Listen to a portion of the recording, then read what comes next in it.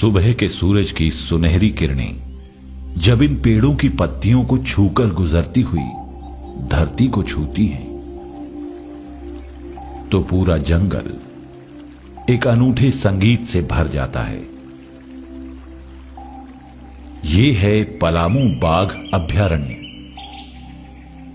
बारिश के पानी से धुलकर पूरा जंगल जैसे तरोताजा हो जाता है।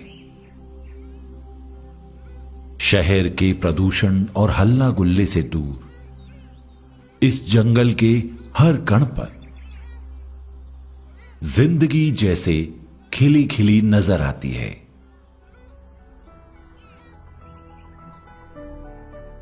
यहां सैकड़ों की संख्या में जानवरों और पक्षियों की प्रजातियां निवास करती हैं। जंगल में आकर यूं महसूस होता है जैसे बिल्कुल ही अलग तरह के इकोसिस्टम में आ गए हैं, जिसका अपना अलग ही मौसम है।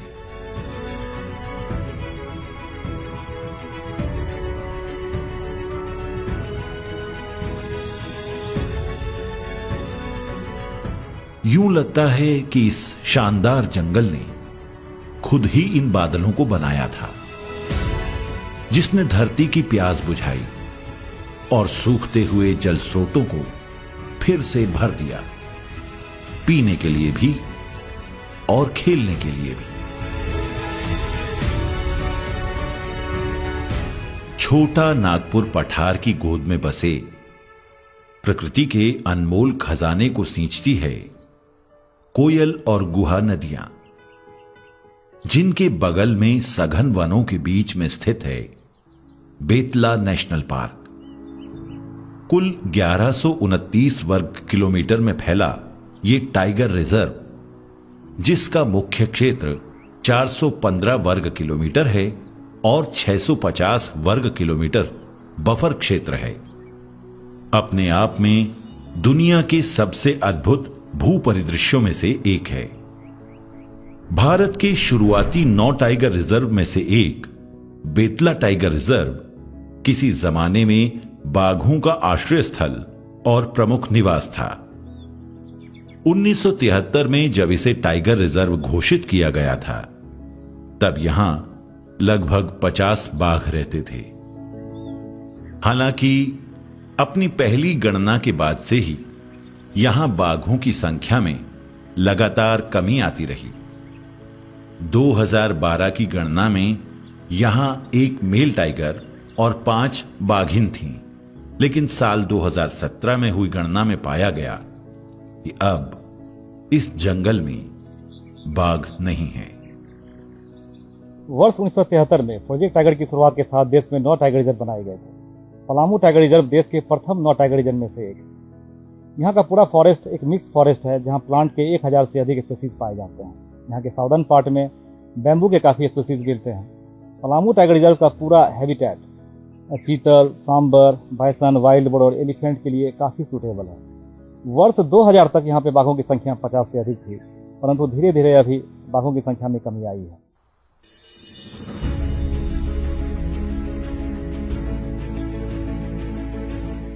जंगल में बाघों के अलावा कई और जानवर निवास करते हैं, जिनमें बड़ी संख्या में हाथी, चीतल, सियार, गौर के बड़े झुंड सामान्यतः देखे जा सकते हैं।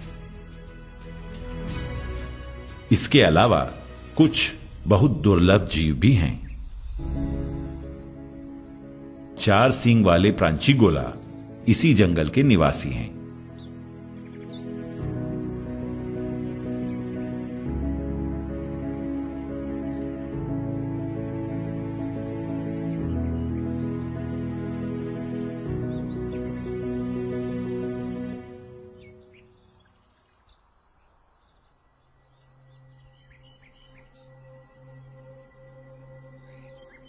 पानी के लिए ये जंगल मुख्यतः कोयल नदी पर निर्भर हैं, लेकिन जानवरों की जरूरतें मैन मेड वाटर होल्स से पूरी होती हैं।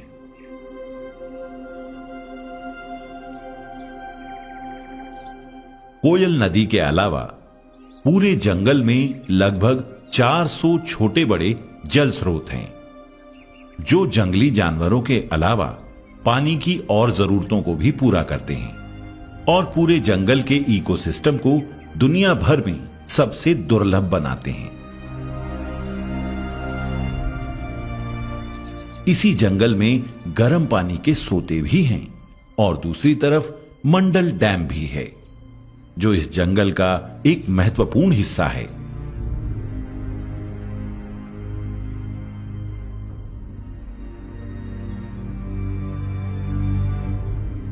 जंगली गिलहरी, मॉनिटर्ड लिजर्ड और सांप भी इस इकोसिस्टम का एक हिस्सा हैं। लेकिन शाम ढलने के बाद रात के अंधेरे में यहां सिर्फ तेंदुओं का राज है। हालांकि भेड़िए और जंगली सुअर भी यहां कभी कभी दिखाई दे जाते हैं। बेतला की समृद्ध बर्ड लाइफ में सनबर्ड, ड्रॉगो, जंगली मुर्गे, hornbill, grey heron, ibis, Neelkanth और क्रेस्टेड सर्पिगल दिखते हैं। मोर भी बहुतायत में हैं, जो जंगल के हर हिस्से में नजर आते हैं। बुलबुल का यह सुंदर जोड़ा कभी इस डाल पर कभी उस डाल पर फुदकते हुए जीवन का संगीत रच रहा है।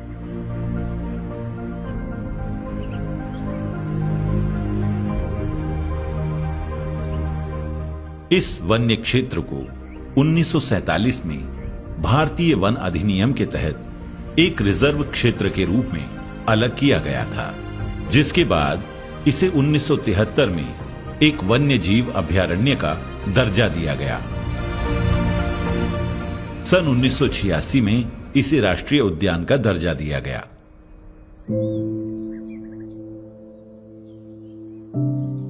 कोयल नदी के तट पर अवस्थित पलामू किला पलामू इतिहास के सैकड़ों वर्षों की स्मृतियों को समेटे हुए बदहाल अवस्था में खड़ा है।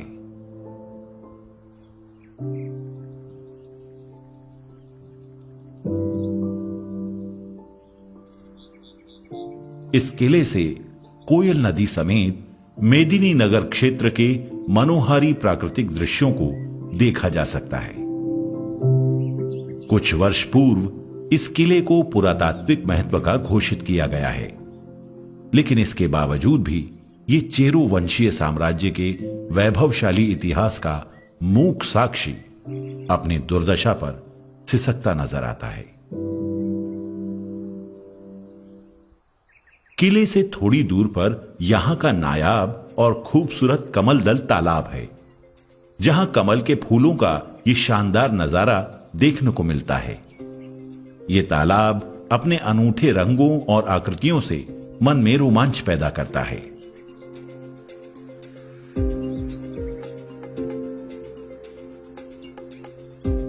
पलामू टाइगर रिजर्व का एक हिस्सा महुआ ढांड भेड़िया आशिनी है, जिसे भेड़ियों के लिए आरक्षित किया गया है। यहां एशिया के ग्रे वुल्फ पाए जाते हैं, जिनके संरक्षण के लिए जंगल विभाग प्रयासरत है। यहां से कुछ दूर पर स्थित है लोथ झरना। इसकी ऊंचाई 143 मीटर यानी कि 469 फीट है। इसका उद्गम स्थल छत्तीसगढ़ का जमुरा पाट है। ये नदी महुआ ढाड़, भेड़िया आसियानी और पलामू व्याघ्र आरक्षण की जीवन रेखा है। ये नदी आगे जाकर बागे चंपा बारे साड़ के पास उत्तरी कोयल नदी से मिल जाती है और यहीं पास में है मिर्छैया झरना, जिसके पानी में यूं लगता है कि तमाम थकान पानी के साथ बह गई। यहीं से थोड़ी दूर के सफर पर पड़ता है मशहूर टूरिस्ट स्पॉट नेतरहाट, जहां मंगोलिया सनसेट पॉइंट खास तौर पर मशहूर है। कहा जाता है कि यह सनसेट पॉइंट एक प्रेम कहानी का गवाह है। हर रोज ढलते हुए सूरज की आखिरी रोशनी इसे छूकर विदा लेती है। रात में जंगल एक अलग ही रूप बना लेता है, लेकिन बेतला में नाइट सफारी का अपना अलग ही आकर्षण और रोमांच है।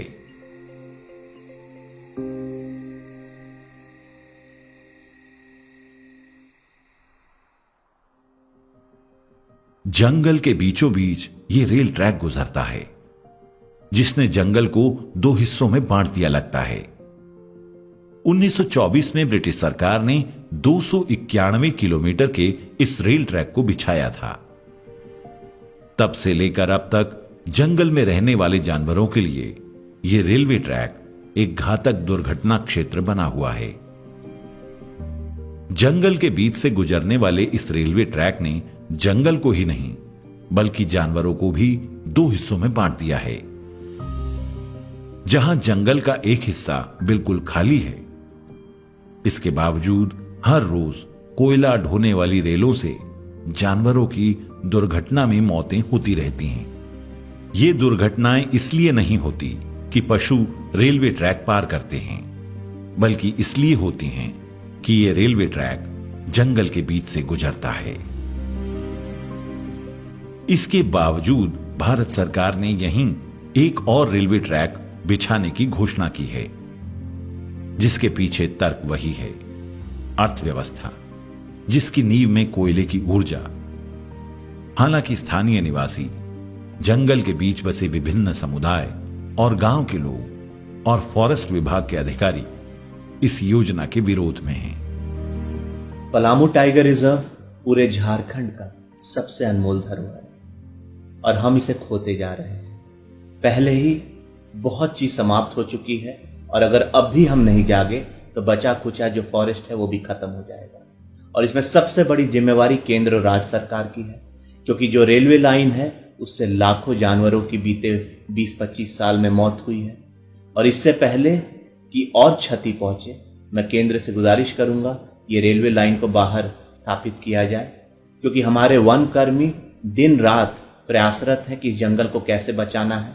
लेकिन जब तक सरकार का समर्थन उन्हें नहीं मिलेगा, वो भी पूरे तरीके से काम नहीं कर पा रहे हैं। और मैं इस पर भी ध्यान केंद्रित करना चाहता हूं कि अगर पलामू टाइगर रिजर्व फिर से उसका जीर्णोद्धार हो गया तो लाखों पलामू के युवाओं को नौकरी मिलेगा और साथ ही साथ पूरे भारत का जो सबसे समृद्ध और रिच इकोसिस्टम का फॉरेस्ट है वो बच जाएगा।